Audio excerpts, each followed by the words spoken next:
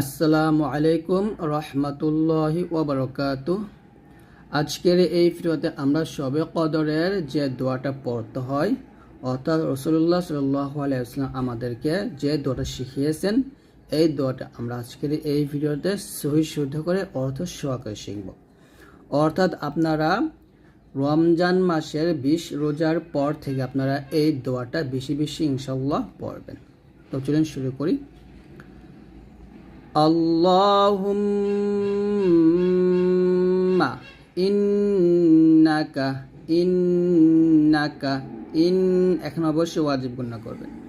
আল্লাহুম্মা আমার সাথে বারবার পড়েন, তাহলে ইনশাআল্লাহ মুখস্থ হয়ে যাবে। আল্লাহুম্মা আল্লাহুম্মা আল্লাহুম্মা ইন্নাকা আফুউন তুহিব্বুল আফওয়া ফা'ফু আন্নি। তো এখানে আমরা ওয়াকফ না ধরলে যদি মিল করে পড়ি, তাহলে আমরা এখানে আফুউন তুহিব্বুল আফওয়া এরকম ভাবে ওয়াও দুই পেশ ওয়ং গুণনা করব, কারণ তানবিনের পর তা আসছে। তার সাথে আপনারা পড়েন আল্লাহুম্মা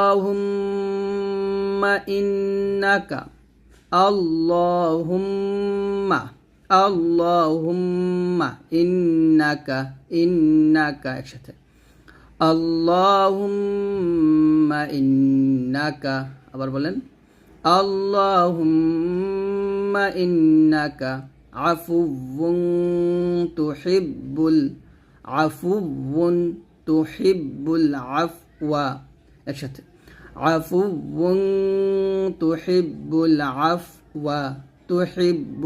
আফওয়া ফা'ফু আন্নি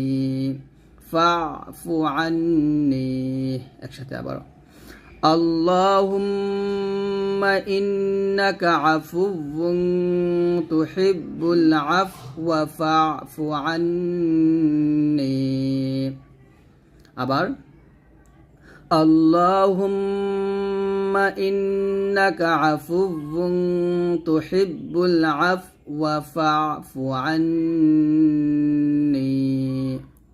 অর্থ হচ্ছে, আয় আল্লাহ, তুমি ক্ষমাশীল, ক্ষমা তুমি ভালোবাসো, অতএব আমাকে দয়া করিয়া ক্ষমা করিয়া দাও। তো অবশ্যই আমরা শবে কদরে এই দোয়াটা পড়ে এই দোয়ার মাধ্যমে আল্লাহ তাআলার কাছে বেশি বেশি করে ক্ষমা চাবো। ইনশাআল্লাহ আল্লাহ তাআলা আমাদেরকে ক্ষমা করে দিবেন।